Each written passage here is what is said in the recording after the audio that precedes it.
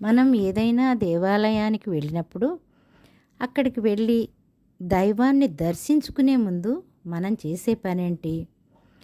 మొదలుగా అక్కడ ఉన్న జేగంటను 3 సార్లు ముచ్చటగా కొడతాం. అది ఎందుకు కొడతాం 3 సార్లు? 3 సార్లే ఎందుకు కొట్టాలి అని తెలియని వారు ఇది గ్రహించగలరు. దీని గురించి ఒక శ్లోకం ఉంది. అదేంటంటే, ఏకతాడే మరణం చైవ ద్వితాడే వ్యాధిపీడనం త్రితాడే సుఖమాప్నోతి తద్ఘంటానాద లక్షణం. అంటే భావం ఏంటంటే, దేవుని ముందు గంట ఒకసారి మాత్రమే కొట్టి ఊరుకుంటే అది మన మరణానికి సంకేతం.